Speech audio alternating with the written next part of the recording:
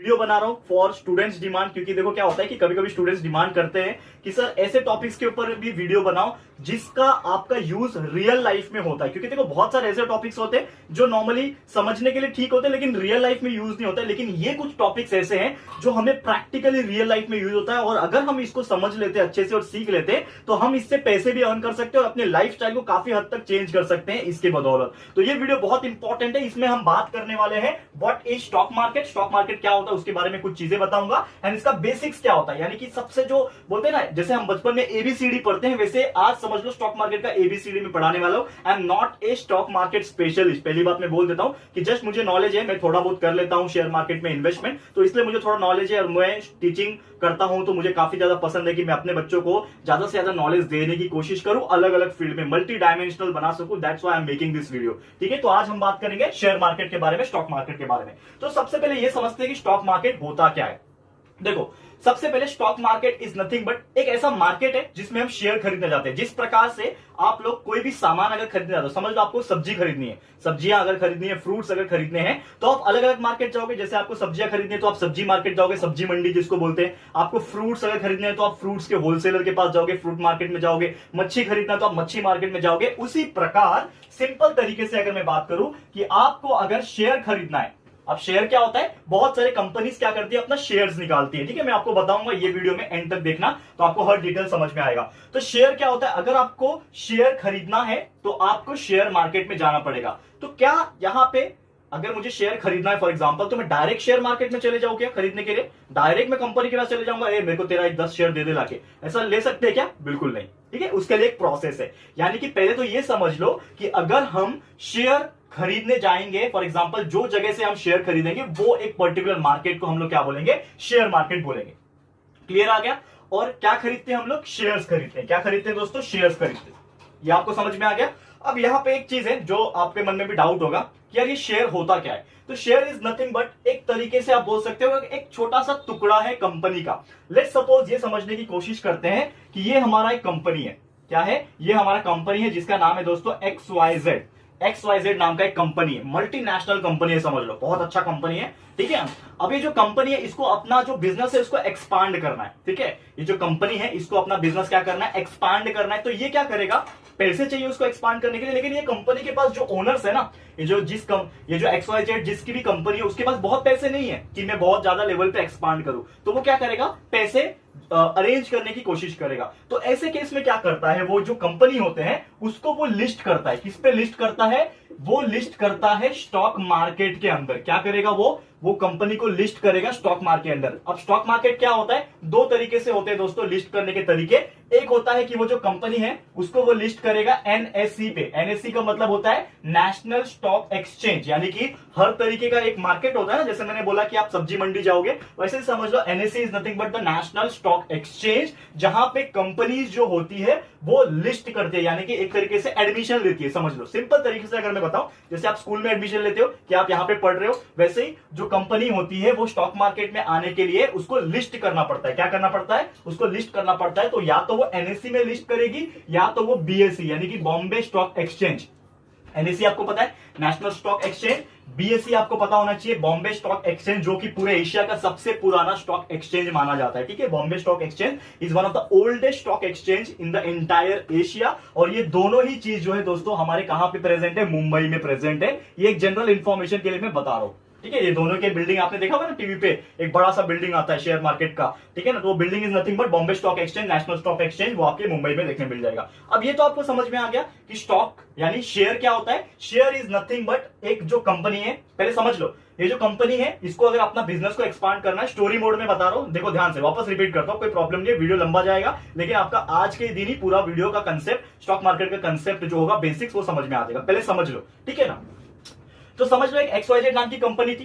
ठीक है, अब XYZ नाम की कंपनी क्या करेगी, अपने आप को लिस्ट करेगी, यानी कि उसको पैसा चाहिए। तो वो जब लिस्ट करेगी स्टॉक मार्केट के अंदर, तो स्टॉक मार्केट के अंदर जैसे ही उसने लिस्ट किया, किसमें किया, नेशनल स्टॉक एक्सचेंज में किया, बॉम्बे स्टॉक एक्सचेंज में किया, तो अब क्या करेगा, ये निकालता है अपना आईपीओ यानी इनिशियल पब्लिक ऑफरिंग। इसके बारे में हम ज्यादा चर्चा नहीं करेंगे क्योंकि ये थोड़ा सा एडवांस टॉपिक है, यहाँ पे हम लोग ज्यादा डिस्कस नहीं कर सकते। तो आईपीओ निकालता है, इनिशियल पब्लिक ऑफरिंग निकालता है, ऑफर निकालता है, जिसमें जो आम जनता होते हैं, हम जैसे आप जैसे जो लोग होते हैं जिसको बोलते हैं रिटेल इन्वेस्टर्स। क्या बोलते हैं इसको? सिंपल तरीके से बोला जाता है रिटेल इन्वेस्टर्स जो होते हैं वो क्या करते हैं, इन स्टॉक्स को, इन शेयर को क्या खरीदते हैं। तो शेयर क्या है? एक तरीके से टुकड़ा है। समझ लो XYZ के पास, पूरी कंपनी के पास समझ लो 1000 शेयर है, ठीक है ना। 1000 तरीके से उन्होंने डिवाइड करके रखा है, ये इतना टुकड़ा इतना टुकड़ा, बहुत सारी कंपनी के टुकड़े टुकड़े कर दिए, समझ लो in terms of shares, money के हिसाब से, ठीक है। अब 1000 टुकड़े में वो क्या करेगा, 500 को वो लिस्ट कर देगा। कहां पे लिस्ट कर देगा? स्टॉक मार्केट NSE BSE में लिस्ट कर देगा।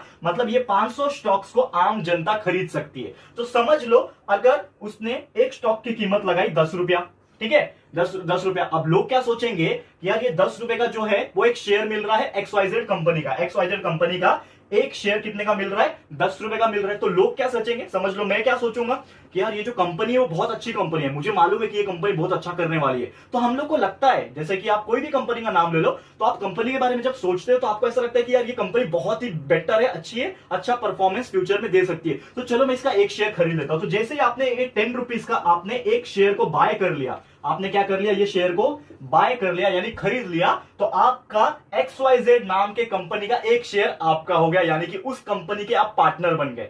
In short, not officially but in short आप 1% के मालिक हो गए। 1% नहीं बोलूंगा, सॉरी माफ करना, एक शेयर के मालिक हो गए। अब कंपनी के बहुत सारे लाखों करोड़ों शेयर होते हैं, मैंने 1000 जो लिखा है ये बहुत छोटा, इतना शेयर नहीं होता है, करोड़ों मिलियंस बिलियंस में शेयर्स होते हैं लोगों के, मतलब कंपनीज के।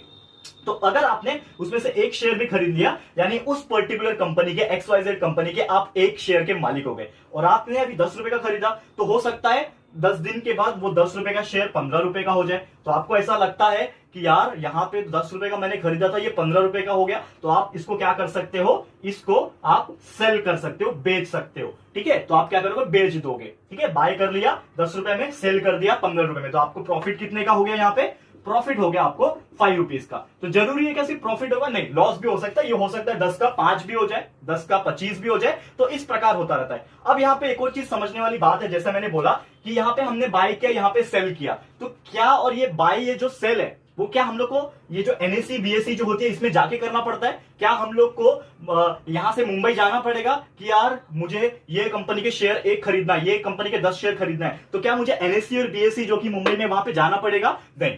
एक जमाना था दोस्तों, एक जमाना था कि ऐसा करना पड़ता था, लेकिन उसके लिए भी एक प्रोसेस है, मैं आपको बताऊंगा। थोड़ा सा आपको और ध्यान देने की जरूरत है, यहाँ पे थोड़ा सा आपको ध्यान देने की जरूरत है। अभी इसका मतलब तो समझ में आ गया होगा, इसको मैं रफ करता हूं फिलहाल में, ये आपको मैं रफ कर रहा हूं, थोड़ा सा ध्यान लगाओ, आपको वापस से अच्छे से मैं समझा दूंगा, ठीक है ना। कुछ कुछ चीजें जो बची हुई है वो भी मैं समझा दूंगा, ठीक है ना।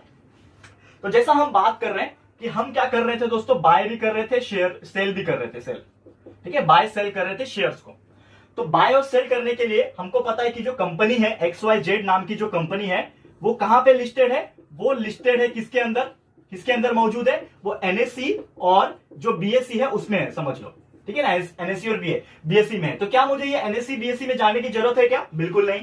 तो उसके लिए कौन है? उसके लिए बीच में आते हैं दोस्तों, इसको बोलते हैं ब्रोकर्स। आपने नाम सुना होगा, जैसे हर काम के लिए ब्रोकर्स होते हैं, दलाल बोलते हैं हिंदी में, सिंपल तरीके से दलाल। जैसे कि अगर मुझे ये बिल्डिंग को बिकवाना है, हम लोग बोलते हैं ना कि यार ये जो बिल्डिंग है इसको मुझे बिकवाना है, तो ब्रोकर क्या बोलता है, ठीक है मैं आपका ये जो बिल्डिंग है बिकवा दूंगा, मुझे बदले में 10% कमीशन चाहिए, यानी कि ब्रोकरेज चाहिए, यानी कि दलाली चाहिए। तो वो क्या हो गया, दलाल हो गया। तो सेम यहाँ पे जो स्टॉक मार्केट जो होते हैं ना, स्टॉक मार्केट यानी कि NSE BSE जो होता है, ये जो एक्सचेंजेस है वो डायरेक्टली किसी को नहीं बोलेंगे कि तू आजा मेरे से शेयर खरीद के लेके चले जा, मैं तेरे को दे दूंगा। इसके बीच में काम करते हैं आपके स्टॉक ब्रोकर्स, ठीक है, या फिर ब्रोकरेज फर्म। कैसे लिखो इसको, अभी देखो जानते हैं, ठीक है। समझ लो ये आपका XYZ कंपनी है, ठीक है। ये क्या कर रही है, अपने शेयर्स को अनाउंस कर रही है, ठीक है ना। ये शेयर्स को अनाउंस कर रही है अपनी, समझ लो ये शेयर्स को अपने अनाउंस कर रही है, शेयर्स है इसके पास। तो ये जो शेयर्स है किसके पास है, वो शेयर्स कंपनी के किसके पास है, NSE के पास है या फिर BSE के पास है, ये दोनों के पास है। समझ में आ रहा है आपको? देखो ध्यान से सुनो, ये फ्लो चार्ट को समझने की कोशिश करो। XYZ के कंपनी के शेयर्स NSE या फिर BSE के पास है और रिटेल इन्वेस्टर को खरीदना है। जो रिटेल इन्वेस्टर है यानी हम जैसे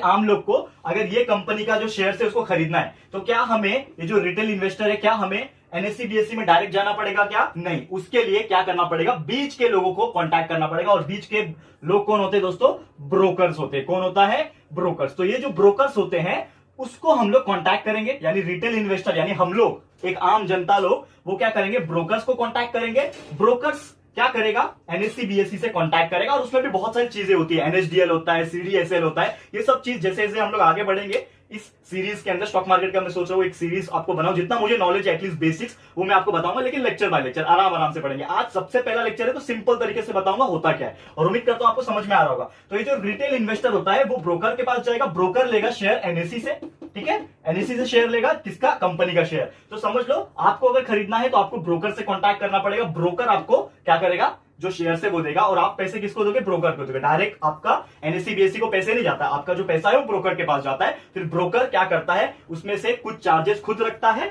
और वो ब्रोकर बाकी का जो पैसा है वो कंपनी के पास एनएससी बीएससी के थ्रू वो क्या कर देता है, भेज देता है कंपनी को। यानी कि कहीं ना कहीं ब्रोकर्स का भी फायदा हुआ, एनएससी बीएससी का भी कुछ चार्जेस होंगे, कमीशन होंगे, जो भी होगा उनका, ठीक है, एंड उसके बाद सीधा कंपनी को प्रॉफिट होगा, जो भी रिटेल इन्वेस्टर्स के द्वारा पैसा दिया जाता है। तो समझ लो उसने शेयर खरीदा, अब XYZ जो कंपनी है वो बड़ी हो गई, XYZ कंपनी जो है बड़ी होती जा रही है, यानी कि इसका बहुत प्रॉफिट होते जा रहा है। तो जब ये इसका प्रॉफिट होते जाएगा तो उसके शेयर्स के प्राइस भी बढ़ जाएंगे। तो जब रिटेल इन्वेस्टर होगा उसको अगर ऐसा लग रहा है कि यार कंपनी के प्राइसेस जो है बढ़ रहे हैं, मेरा फायदा हो रहा है, तो वो सेल भी कर सकता है, तो उसका क्या हो जाएगा, प्रॉफिट हो जाएगा। तो इस तरीके से उसको फिर से ब्रोकर को ही कांटेक्ट करना पड़ेगा, यानी जब खरीदना हो तब भी, सेल करना हो तब भी, तो आपको ब्रोकर से ही कांटेक्ट करना पड़ेगा। ये आपको बहुत इंपॉर्टेंट चीज पता होनी चाहिए।